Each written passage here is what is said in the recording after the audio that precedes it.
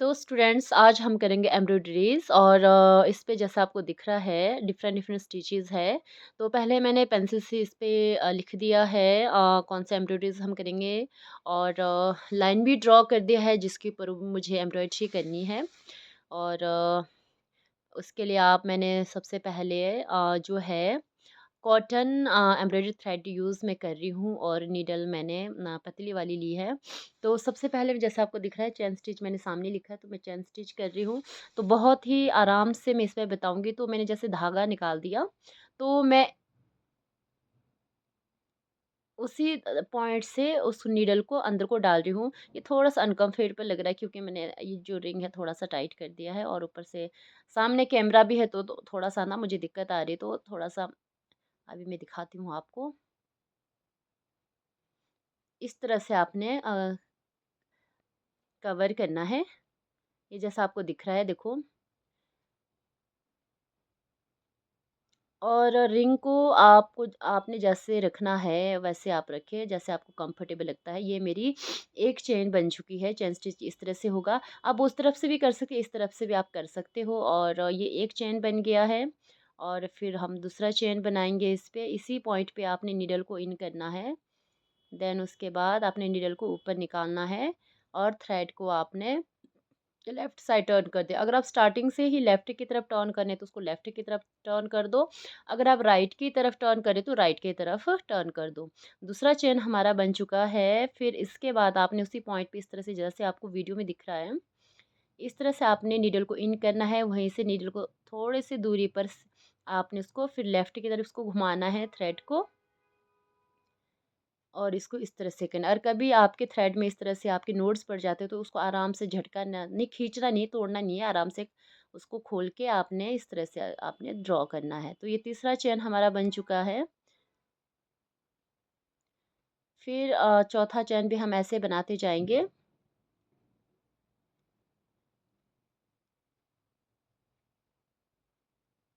इस तरह से।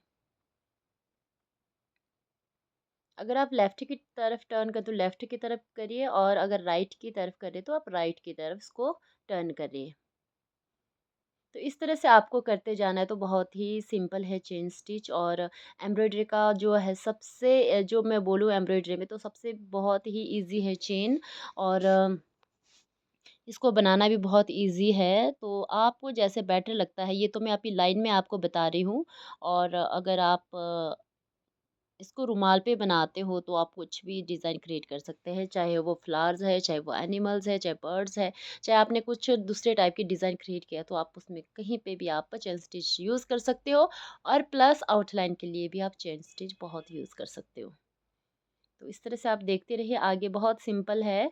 तो चेन स्टिच आपने इस तरह से करते जाना है। और बहुत ही ईज़ी तरीके से मैं बता रही हूँ इस पे आपको क्लियर हो जाए ताकि। तो इसलिए मैं बहुत ही आराम से मैं इसमें एक-एक चीज़ को ड्रॉ कर रही हूँ।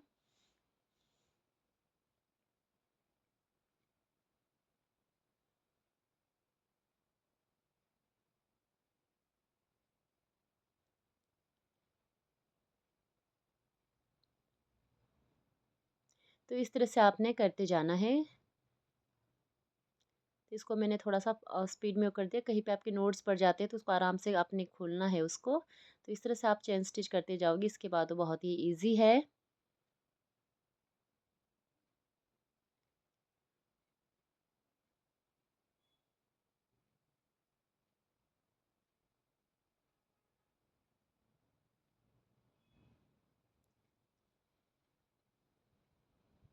ज़रूरी नहीं कि आपने सीधा लाइन ही रखना है, इस तरह से आपने करते जाना है। इस पे तो मैं इसलिए बता रही हूँ कि आपको क्लियर हो जाए।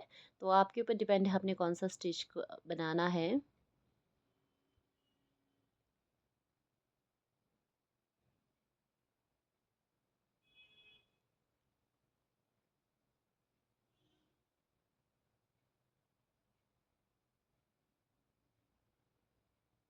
आप थ्रेड को इस तरफ से रख सकते हो। अगर आपने नहीं घुमा तो थ्रेड को आप इस तरह से भी रख सकते हो। तो इस तरह से इधर से आपने फिनिशिंग करने में नोट्स दे देना है। तो इस तरह से आपने इसको कंप्लीट करना है। ये है जी हमारा चेन स्टिच। अब इसके बाद हम करेंगे जी बैक स्टिच। और रिंग को आपने जिस तरफ से आपको कंफर्टेबल लगता है आपने वहीं से शुरू करना है। तो अब मैं कर रही हूँ बैक स्टिच। बैक स्टिच का मतलब है कि हमने बैक आना है और बैक स्टिच को हम मशीनी टाँका भी बोलते हैं। और जैसे आपको दिख रहा है, अब यहाँ से मैंने नीडल निकाला है तो वैसे ही वापस आऊँगी बैक साइड और वहीं से फिर थ्रेड को निकाल दूँगी। फिर इस तरह से मैं आगे जाऊँगी। सेम डिस्टेंस पे आपने नीडल को निकालना है, फिर बैक आऊँगी। तो बैक स्टिच को जैसे मैंने कहा कि मशीनी टाँका भी बोलती है, इतना पक्का टाँका होता है कि आपका कपड़ा फट जाएगा, बट चेन स्टि ये सॉरी बैक स्टिच नहीं खुलेगा। तो बैक स्टिच से हम डिज़ाइन भी दे सकते हैं, काफ़ी कुछ भी डिज़ाइन हम क्रिएट कर सकते हैं, और आउटलाइन के लिए तो आपको पता है कि हम बहुत ही यूज़ करते हैं। और प्लस ये है कि अगर कभी आपके जो है ड्रेस ख़राब हो जाती है, उसके ऊपर भी आप ये स्टिच दे सकते हैं, मशीन की ज़रूरत नहीं पड़ती है। अगर आपके पास मशीन नहीं है, तो आप ये स्टिच दे सकते हो। तो इस तरह से मैं आपको दिखा रही हूँ, आप सामने जैसे आपको रिंग को रखना है, वैसे भी आप रख सकते हो, और सीधा भी रख सकते हो, तिरछा भी आप रख सकते हो। तो इस तरह से जी बैक स्टिच को आपको क्लियर हो गया होगा, तो इस तरह से आपने इसको करते हुए जाना है। तो बहुत ही सिंपल है बैक स्टिच।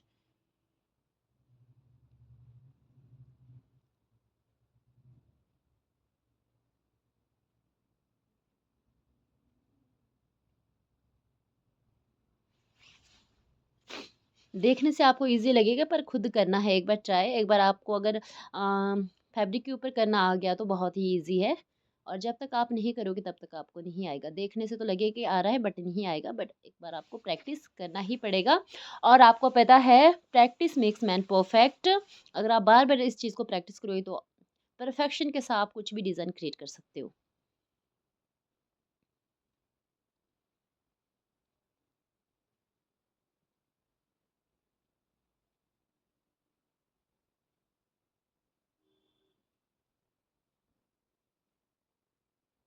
तो इस तरह से जी हमारा जो है बैक स्टिच कंप्लीट हो गया है। तो जैसे ये कंप्लीट होगा तो आपको पता है लास्ट में आपने नो धागे को इन करके बैक साइड को आपने नोट्स दे देना है। तो जैसे ये लास्ट हमारा है, तो इस तरह से आपने फिर इस तरह से अपने नोट्स दे देना है, और सीज़र की हेल्प से आपने इसको कट कर देना है। ये हो गया जी चेन स्टिच और बैक स्टिच। अब हम करेंगे जी स्टेम स्टिच। तो स्टेम स्टिच भी हम आउटलाइन के लिए बहुत यूज़ करते हैं, और कुछ भी डिज़ाइन यूज़ करने के लिए हम बहुत यूज़ करते हैं। स्टेम का मतलब है तना टाइप, तो आपको पता ही है कि कुछ भी हमने बॉर्डर को क्रिएट करना है तो स्टेम स्टिच हम यूज़ कर सकते हैं। पहले बैक स्टिच की तरफ इसको शुरू करना है, फिर बैक स्टिच में तो हम बैक आते हैं, पर ये उसी पॉइंट पे हम नहीं डालेंगे। जो आधे से जो मैंने 1 बनाया है इसमें पहले, आधे से थोड़ा ऊपर यानी 3/4 पे आपने क्या करना है, धागे को उठाना है और इस तरह से इसको इन करना है। फिर वैसे ही आधे से थोड़ा-सा ऊपर आपने उठाना है, यानी शोल्डर पॉइंट तक आप ले सकते हो। आप खुद जैसे हो, आधा आपका कमर कहाँ पे आता है, आधा वाला पार्ट, और शोल्डर कहाँ आता है, आपको शोल्डर मान के चलो कि शोल्डर से आपने इसको ऊपर को उठाना है। तो ये है जी हमारा स्टेम स्टिच। ये देखो, साथ में मतलब ये जो पूरा है उससे थोड़ा-सा नीचे आपने टच करके इसको निकालना है साथ-साथ साइड से। तो ये है जी हमारा स्टेम स्टिच। तो इस तरह से आपने इसको करते जाना है।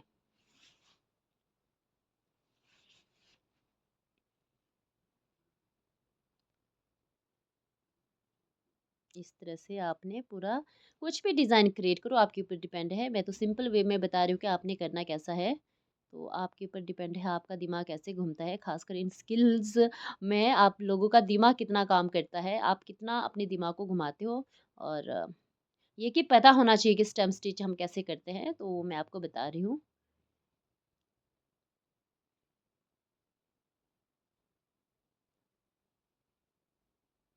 तो इस तरह से आपने इसको करते हुए जाना है।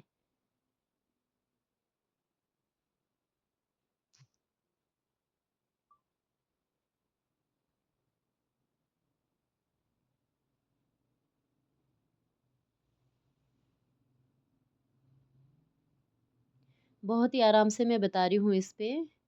तो उसके बाद आप अगर आपको समझ आया तो आप फिर उसके बाद अच्छे से कर सकते हैं। ऑलमोस्ट अब मैं इसको भी फिनिश करने वाली हूँ।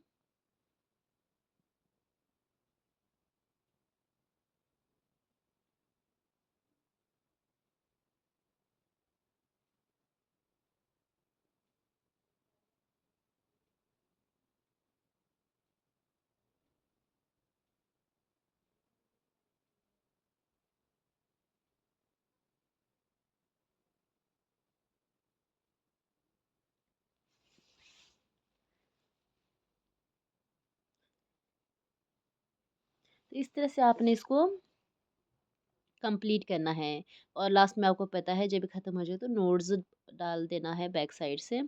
तो फिनिशिंग की तरफ मैं हूँ।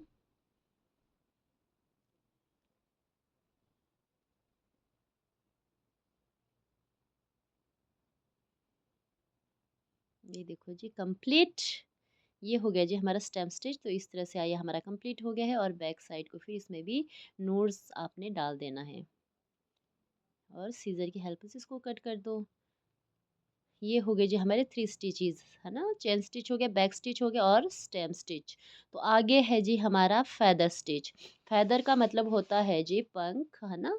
और फेदर को हम सॉफ्टनेस में भी यूज़ करते हैं, बहुत ही सॉफ्ट कॉज़ी उस पे।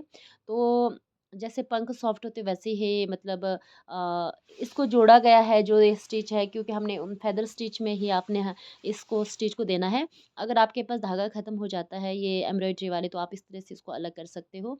और जैसे मैंने आपको पहले भी बताया 3 लेयर्स इसको मैंने अलग-अलग किया है, तो इस तरह से आपने अलग करना है। अगर आप अ, जैसे कॉटन क्लॉथ में करें तो ये बहुत ही बढ़िया थ्रेड है आपके पास। अगर आप अदर्स जैसे कि वुलन में करें तो आप वुलन थ्रेड ही यूज़ करें। तो जैसे मैं आपको बता रही हूँ ये फेदर स्टिच है। पहले आपने सेंटर लाइन से साइड में आपने धागे को निकालना है और सेंटर लाइन को पकड़ के थोड़ी दूरी पर आपने नीडल को इस तरह से निकालना है और उसको घुमा देना है। तो मैंने फिर जैसे स्टार्टिंग में लिया था ऑपोजिट साइड, मैंने सेंटर लाइन में गई मैं ऑपोजिट साइड से, और इसको अगर मैं सेंटर लाइन से इधर को हूँ तो मैं लेफ्ट को घुमाऊंगी, राइट को तो राइट को, तो ये राइट को मैं टर्न कर रही हूँ थ्रेड को। इस तरह से आप हमारा फेदर बनता जाएगा। फिर मैंने ऑपोजिट साइड गई, फिर सेंटर लाइन में जो मैंने ड्रॉ किया है मैंने फिर इसको लेफ्ट की तरफ घुमा दिया। सेंटर लाइन से आपने ध्यान देना है। अगर आप लेफ्ट की तरफ तो लेफ्ट की तरफ घुमाओ और राइट को है तो आप राइट की तरफ इसको घुमा लो। तो ये बहुत ही ईज़ी है।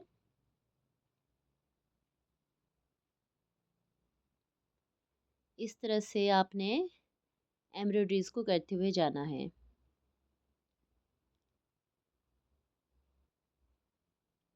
ये है जी एम्ब्रॉयडरीज़ में हमारा फेदर स्टिच। तो फेदर स्टिच से आप कुछ भी डिज़ाइन क्रिएट कर सकते हैं, कुछ भी। आप चाहे अपने सूट में करो, चाहे अपने किसी अम कार्डिगन्स में करो, आप कहीं पे भी यूज़ करो आप। आप कहीं पे भी डेकोरेशन में आप यूज़ करो, कहीं पे भी आप इसको यूज़ कर सकते हो। तो ये जी हमारा फेदर स्टिच, और मैं बहुत ही आराम से बना रही हूँ और ना ही मैंने इसको स्पीड में रखा है, तो ताकि आपको एक-एक चीज़ क्लियर हो जाए इस पे कि फेदर स्टिच को हमने किस तरह से करना है। राइट को मैं टर्न कर रही हूँ, इस तरह से आपने इसको करते हुए जाना है।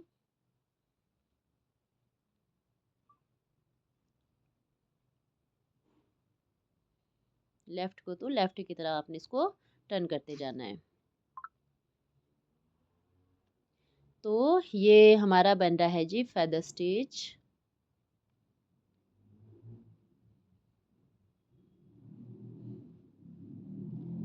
इस तरह से आपने इसको करते हुए जाना है जब तक आपका कोई भी डिज़ाइन ख़त्म ना हो जाए।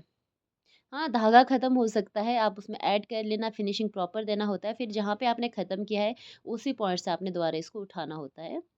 तो फेदर स्टिच जैसा आपको दिख रहा है, इसको वैसे ही करते जाना है।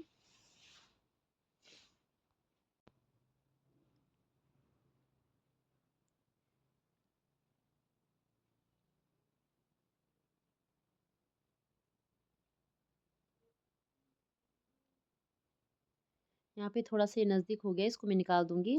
तो इस तरह से हमने फेदर को स्टिच को करना है, जैसे मैंने यहाँ पे धागा मेरा ख़त्म हो गया था, तो इससे आगे मैं दूसरा जो फैब्रिक है, उसको ऐड करूँगी मैं। और इसमें मैं धागे के पीछे से बंद करना भूल गई थी, नोज़ डालना भूल गई थी, तो मैंने डाल दिया है इस पे। तो इस तरह से आपने इसको कंप्लीट करना है और थोड़ा इसमें फिनिशिंग में ध्यान ज़रूर देना, कभी किसी का छूट जाता है ये, तो किस तरह से आपने फिनिशिंग करना है वो ज़रूर देखें।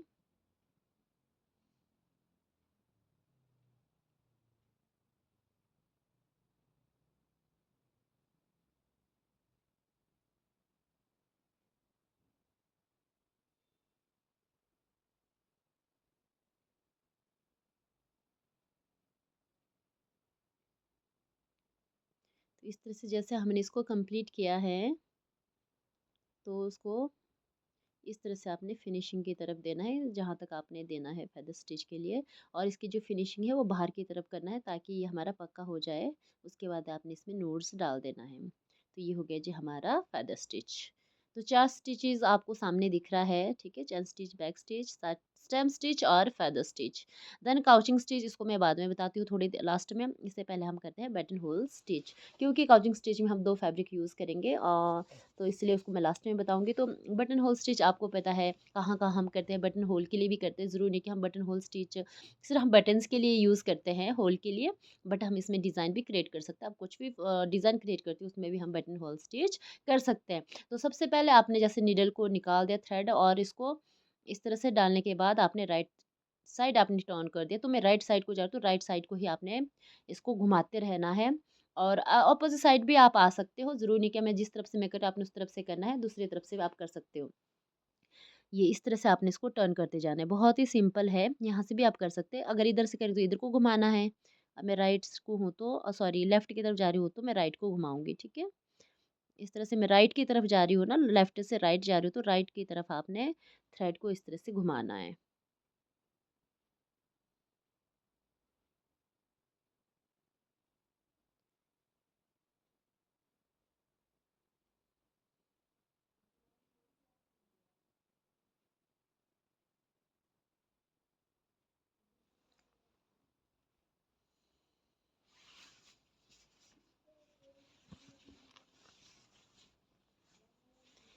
तो ये हो रहा है जी हमारा बटन होल स्टिच।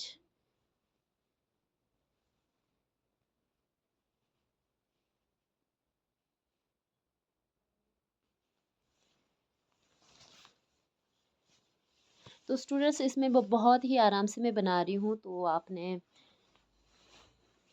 इसको अच्छे से देखना है, और आई थिंक आपको समझ में भी आएगा। बहुत ही स्लो मोशन में मैं बना रही हूँ। वीडियो कोई फास्ट नहीं है, एक-एक चीज़ को मैंने एक्सप्लेन किया है इसमें, तो आप अच्छे से इसमें बना सकते हैं।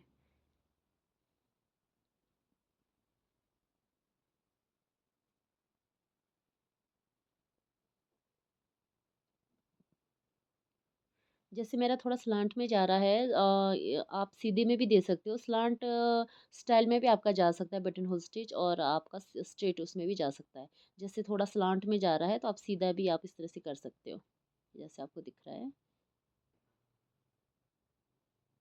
इस तरह से। डिस्टेंस आपने कितना देना है वो आपके ऊपर डिपेंड है। आप नज़दीक, बहुत नज़दीक भी, क्लोज क्लोज भी आप कर सकते हो, थोड़ा गैप देके भी आप इसको डिज़ाइन क्रिएट कर सकते हो। तो ये है जी हमारा बटन होल स्टिच।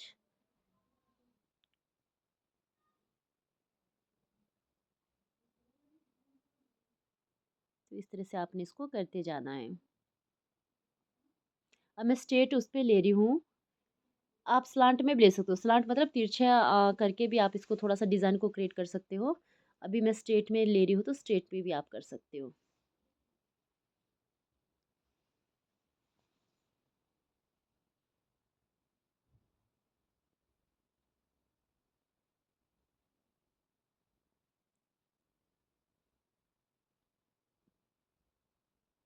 इस तरह से आपने करते जाना है।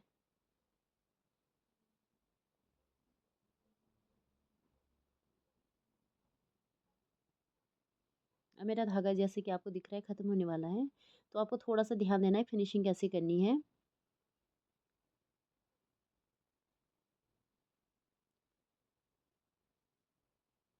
धागे को। अभी भी मैंने ख़त्म नहीं किया है। ओह! मैंने इसमें दूसरा धागा ऐड कर दिया है। पर ये है कि थोड़ा-सा मैं उसको कवर करना भूल गई हूँ, पर आपने इस तरह से ही आपने आगे इसको कंटिन्यू करना है। पर बाहर की तरफ कुछ भी आप चेन स्टिच में, जैसे मैंने बाहर की तरफ फिनिशिंग दिया था, और हर चीज़ में मैंने बाहर की तरफ दिया है, तो बटन होल स्टिच में भी आपने बाहर की तरफ अपने फिनिशिंग को देना है। तो ये हो रहा है जी हमारा बटन होल स्टिच।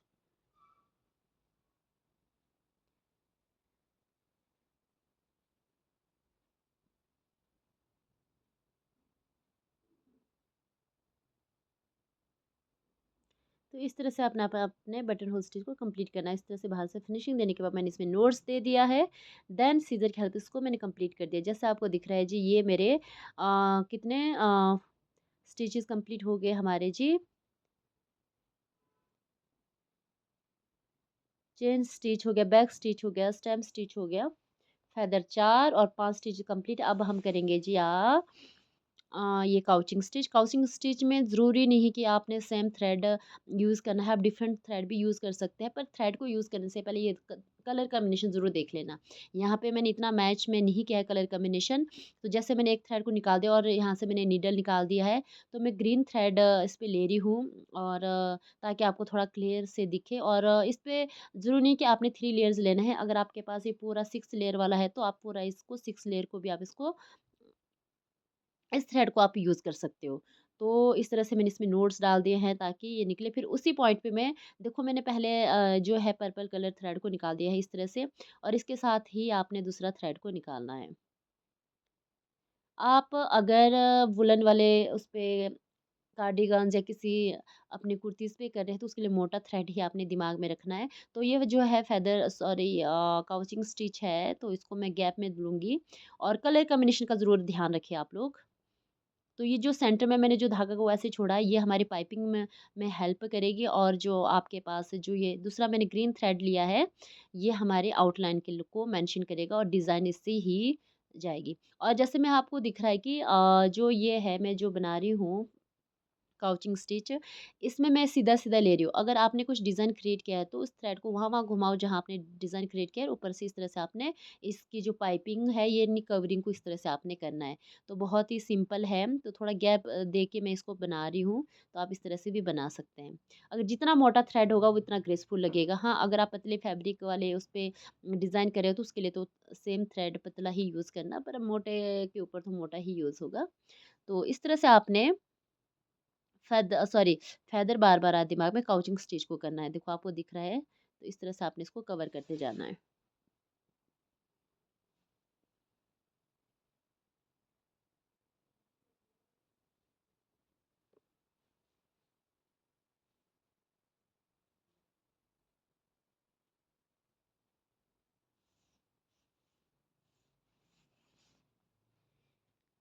तो एक स्टाइल ये है आप का जो है काउचिंग स्टिच करने का, इस तरह से आप इसको कवर कर सकते हैं।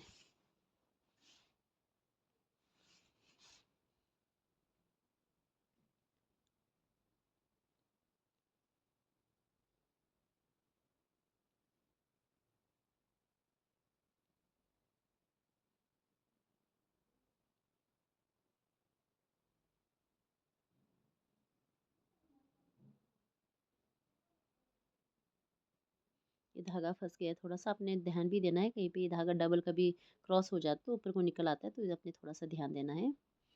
और जो थ्रेड है इसको सीधा ही रखना है, जो आपने डिज़ाइन क्रिएट किया है, तो मैं सीधी लाइन पे जा रही हूँ, तो इस तरह से आपने इसको क्रिएट करते रहना है।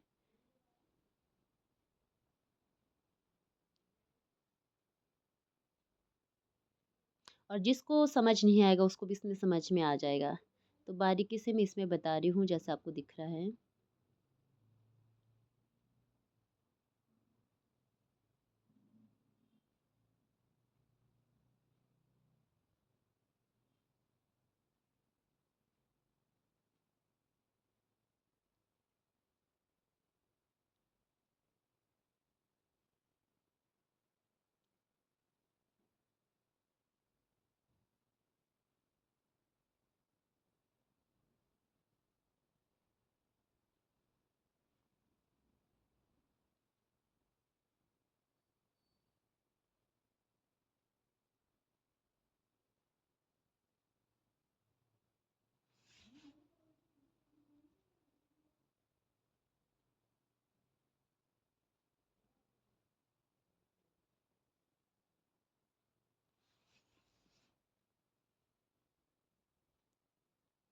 इस तरह से आपने करते जाना है। अब देखो मैं दूसरी स्टाइल में बता रही हूँ, यहाँ तक तो मैंने जो गैप देके मैंने काउचिंग स्टिच को बनाया है। अब यहाँ पे आपने बिल्कुल पता ना चले कि इस जो है थ्रेड के नीचे क्या है।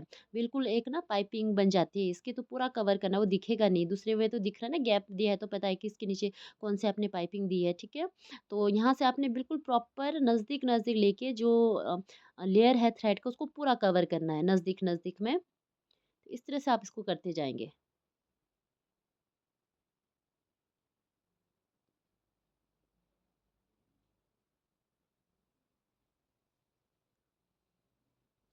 इस तरह से इसको आपने कवर करते जाना है।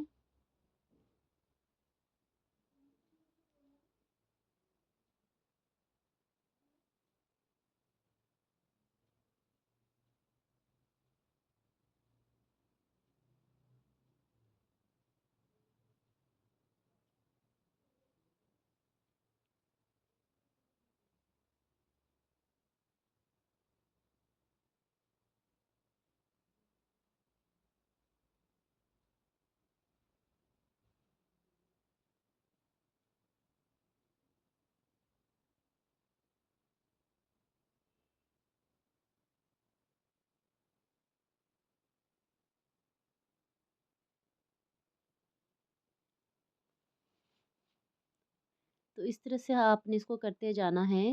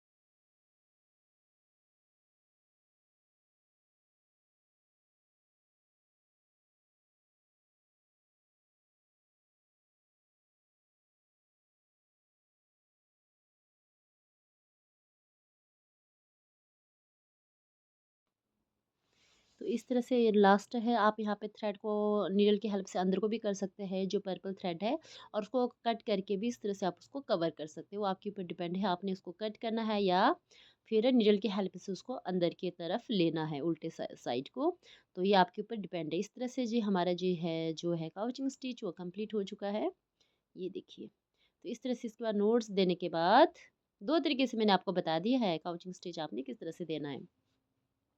तो ये हो गया जी, देखो chain stitch, back stitch, stem stitch, feather stitch and couching stitch के सामने 2 तरीके से मैं इसमें बता रही हूँ। Then button hole stitch.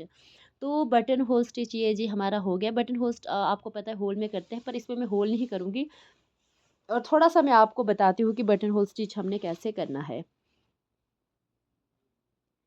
इस तरह से जी, अब मैंने सेंटर में आपको जैसे दिख रहा है, मैंने एक एक तरफ से मानो कि मैंने ये कट कर दिया है, और मैं साइड से मैं इस तरह से जैसे आपने बटन होल लिया है, इस तरह जैसे मैंने स्टार्टिंग में ऊपर किया है वैसे ही करना है। बस हम इसमें छोटे-छोटे गैप लेंगे। तो इस तरह से आपने बटन होल स्टिच को कवर करना है। मान के चलिए जो मैंने सेंटर में लाइन लगाई ये हमारा छेद है।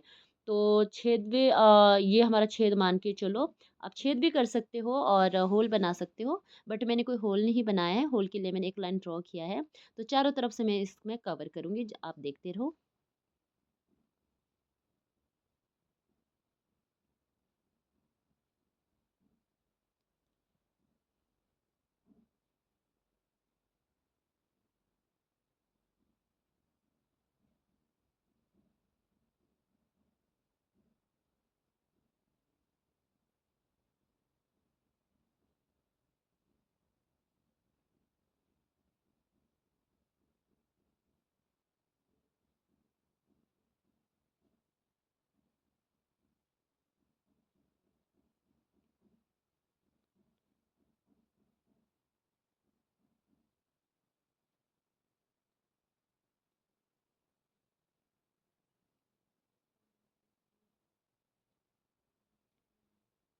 जैसे आपने बटन्स के होल देखे होंगे तो उसमें भी इस तरह से कवर किया होता है, तो आपने इस तरह से ही करना है और ताकि आपको समझ में आ जाए कि बटन होल स्टिच को हमने किस तरह से करना है। तो ये है आपका जो है बटन होल स्टिच। तो इस तरह से आपको चारों तरफ से कंप्लीट इसको इस तरह से करना है।